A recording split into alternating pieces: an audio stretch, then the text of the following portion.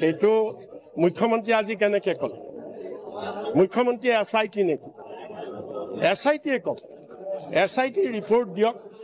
SITৰ report দিয়ক SITৰ charge sheet আহক আমি তাৰপিছত ক'ম কিন্তু এইটো কথা ঠিক যে যোনেই হত্যা নকৰক জুবিন গাৰ্গক এটা ডাঙৰ কিন্তু ষড়যন্ত্ৰ আছে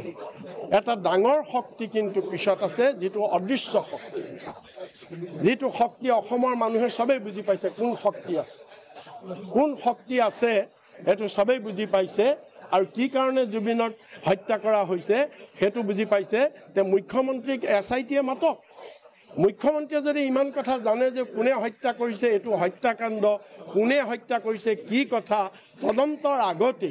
চাৰ্জশ্বিট দিয়াৰ আগতে মুখ্যমন্ত্ৰীয়ে যদি ক'ব পাৰে তেতিয়ালে SIT কিয় গঠন কৰিছিল তেওঁ SIT কিয় গঠন কৰিছিল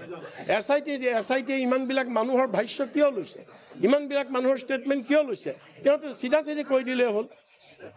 কৈ দিলে হ'ল গতিকে সেই কাৰণে আমাৰ সন্দেহ আছে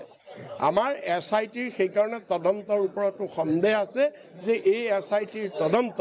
কিমান মুখ্যমন্ত্ৰীৰ হস্তক্ষেপৰ পৰা কিমান মুক্ত